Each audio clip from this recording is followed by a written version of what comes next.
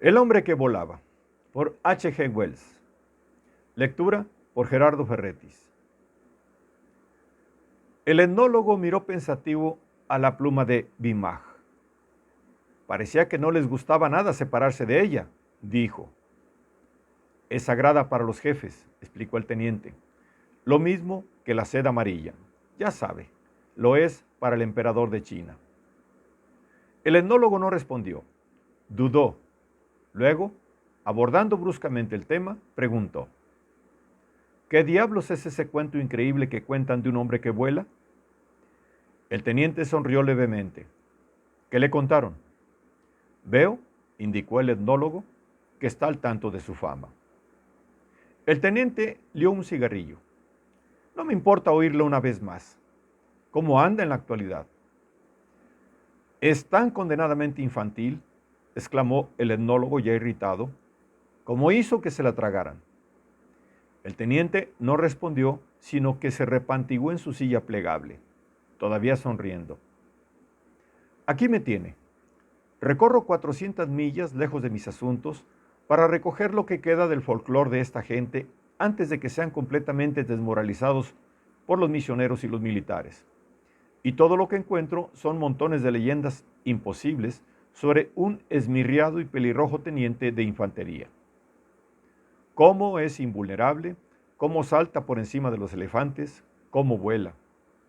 Esta es la más penosa de todas. Un viejo caballero describía sus alas, decía que tenían un plumaje negro y que no eran tan largas como una mula. Dijo que le veía a usted a menudo a la luz de la luna, flotando sobre los picos de las montañas en dirección al país de Chengdu. Maldita sea, hombre. El teniente se rió alegremente. Continúe, dijo, continúe. El etnólogo lo hizo. Al final se enfadó. Manipular de esa manera a estas sencillas criaturas de las montañas. ¿Cómo pudo decidirse a hacerlo, hombre? Lo siento, explicó el teniente, pero en realidad me lo impusieron. Le puedo asegurar que me vi obligado a hacerlo. Y entonces yo no tenía la más remota idea de cómo se lo tomaría la imaginación de los Qin, o la curiosidad. Solo puedo alegar que fue indiscreción y no maldad lo que me hizo reemplazar el folclore por una nueva leyenda. Pero como usted parece ofendido, intentaré explicarle el asunto. Fue en la época de la penúltima expedición a Lushai. Walter pensó que esa gente a la que ha estado usted visitando era amistosa. Así que, con una ligera confianza en mi capacidad para cuidar de mí mismo, me envió desfiladero arriba. 14 millas de desfiladero, con 3 de los hombres del condado de Derby y media docena de cipayos, 2 mulas y su bendición para ver cuál era el sentir popular de esa aldea que usted visitó. Una fuerza de 10, sin contar las mulas, 14 millas y en medio de una guerra. ¿Vio usted la carretera? ¡Carretera!, exclamó el etnólogo. Ahora está mejor que antes. Cuando subimos, tuvimos que vadear el río una milla donde el valle se estrecha, con una buena corriente espumando en torno a nuestras rodillas y las piedras resbaladizas como el hielo. Fue ahí donde se me cayó el rifle. Posteriormente los zapadores volaron el acantilado con dinamita e hicieron el cómodo camino por el que vino usted. Luego, abajo, donde aparecen esos altos acantilados, tuvimos que andar esquivando por el río. Yo diría que lo cruzamos una docena de veces en un par de millas. Llegamos a la vista del lugar a la mañana siguiente temprano. Ya sabe cómo está situada sobre un espolón a mitad de camino entre dos montañas. Y cuando empezamos a comprender la maldad de la aparente tranquilidad con la que la aldea yacía a la luz del sol, nos paramos a pensar. Entonces nos dispararon un pedazo de ídolo de latón limado justo para darnos la bienvenida. Bajó bufando por la ladera a nuestra derecha, donde están los cantos. No me alcanzó el hombro por una pulgada o así, y aplastó a la mula que llevaba todas las provisiones y utensilios. Nunca jamás oí tan mortal estruendo. A consecuencia de eso, nos percatamos de la presencia de unos cuantos caballeros que llevaban mosquetes, vestidos con algo parecido a guardapolvos o cuadros, que se movían disimuladamente por el desfiladero entre la aldea y la cresta de la montaña por el este.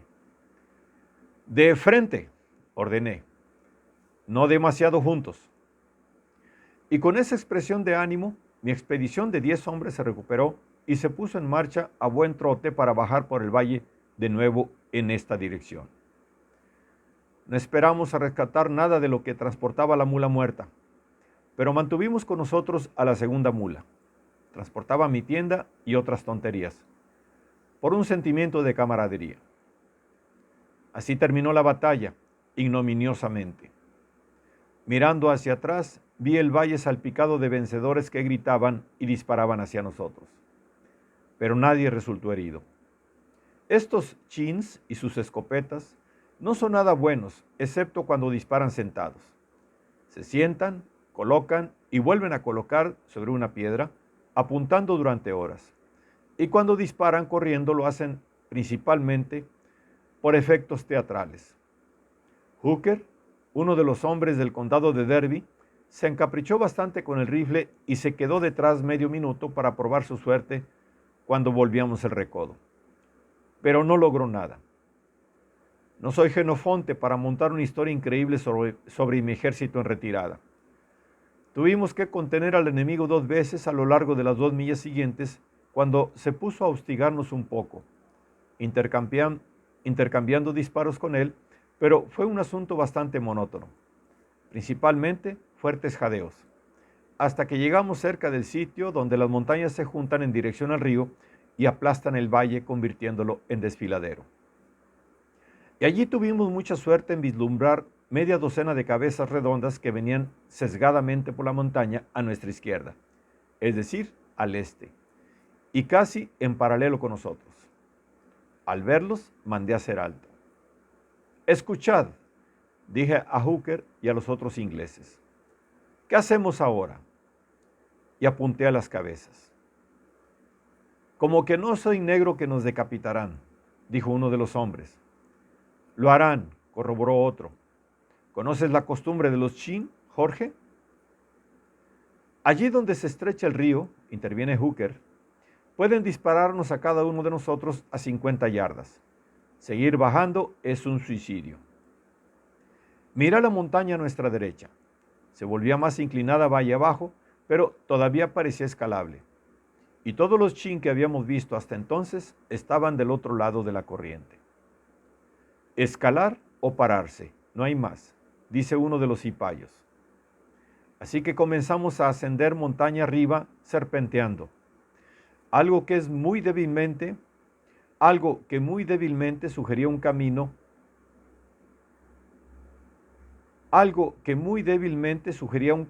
subía oblicuamente hasta la cara de la montaña y eso fue lo que seguimos.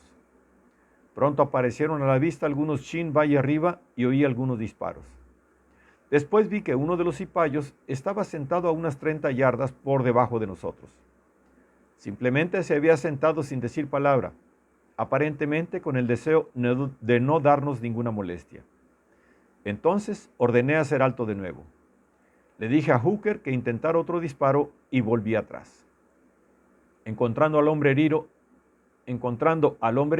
en una pierna. Cargué con él y lo llevé hasta ponerlo sobre la mula, ya muy bien cargada con la tienda y otras cosas que no tuvimos tiempo de retirar. Cuando alcancé a los otros, Hooker tenía en la mano su martini vacío. Sonreía y apuntaba a un punto negro e inmóvil valle arriba. Todos los demás Chins estaban tras las piedras o habían vuelto junto al recodo. 500 yardas, dice Hooker. Como me llamo Hooker, y juraría que le he dado en la cabeza. Le dije que fuera a repetirlo otra vez, y con eso continuamos de nuevo.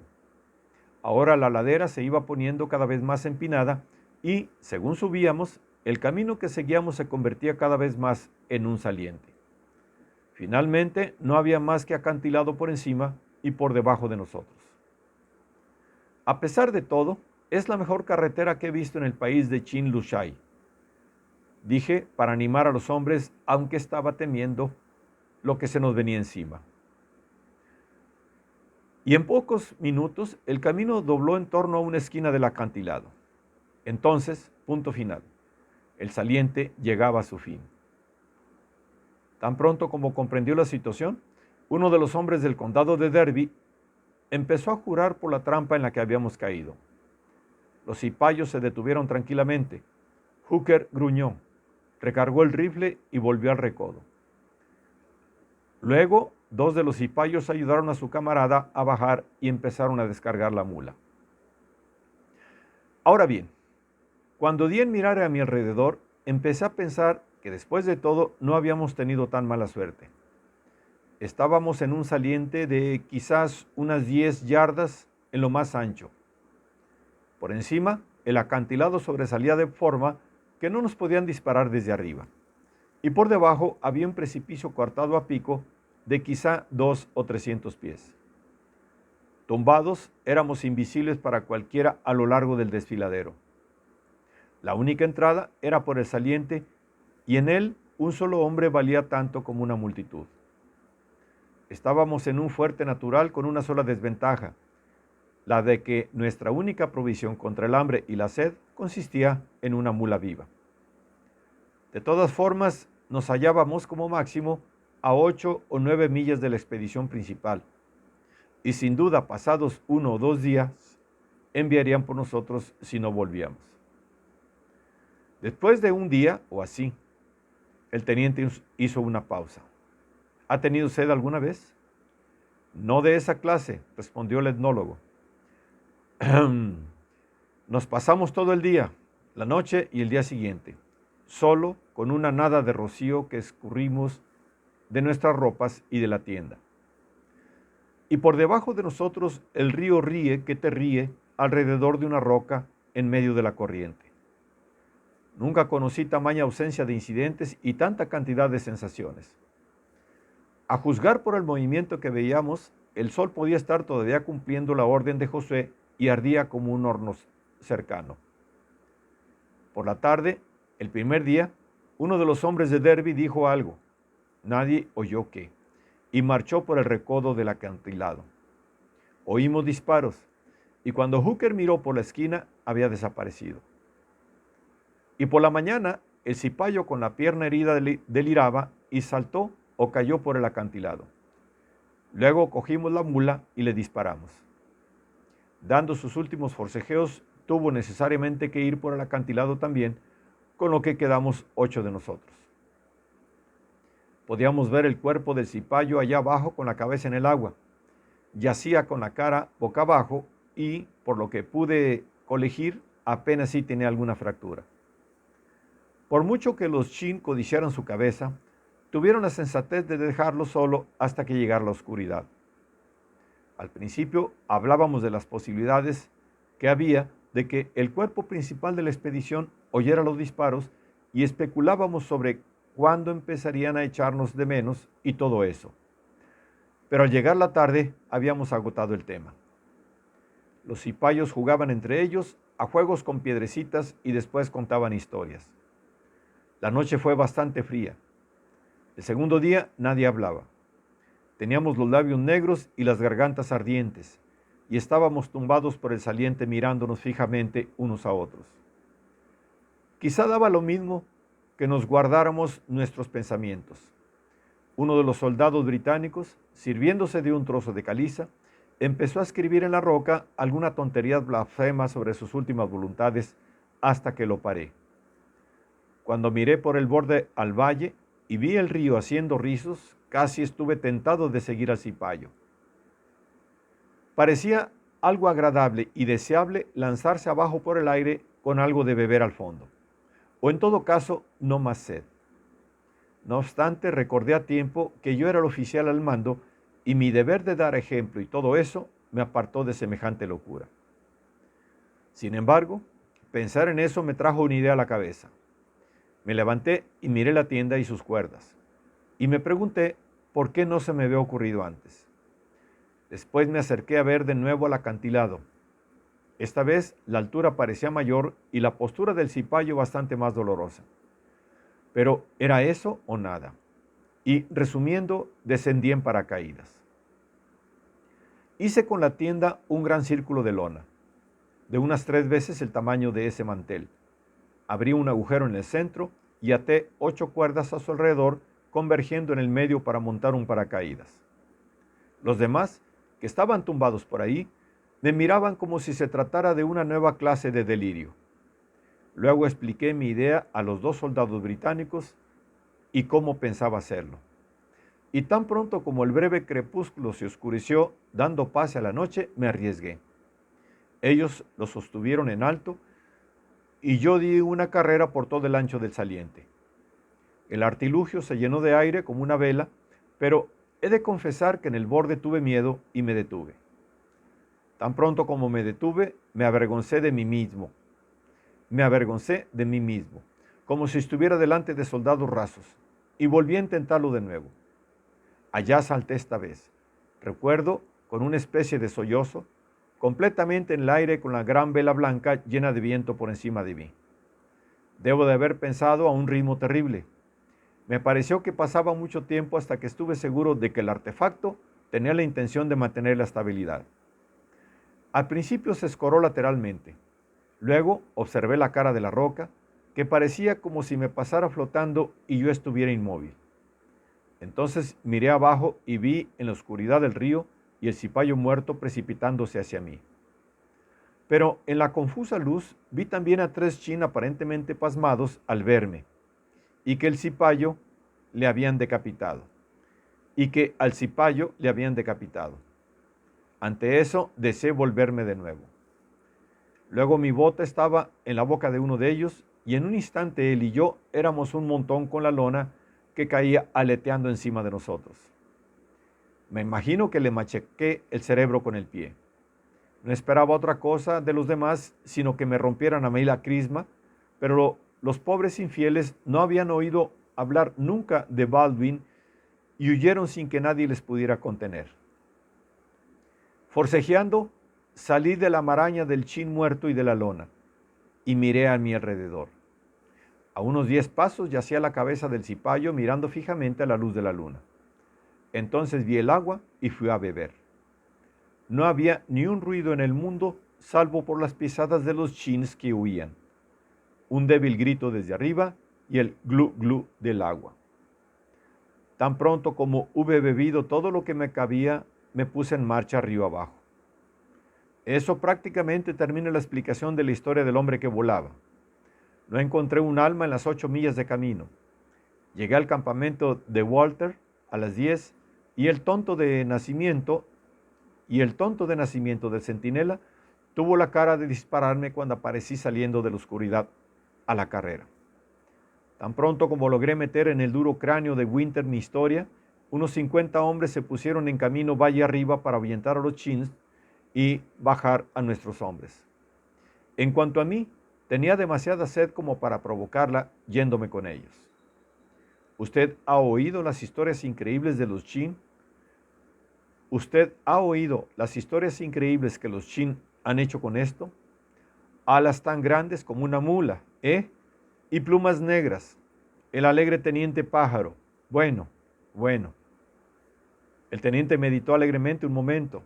Luego añadió: difícilmente lo creería usted, pero cuando llegaron por fin a la cresta se encontraron con que 2 cipayos más habían saltado al vacío. ¿Los demás estaban bien?, preguntó el etnólogo. Sí, respondió el teniente. Los demás estaban bien, aunque un poco sedientos, ya sabe. Y al recordarlo, se sirvió otro whisky con soda.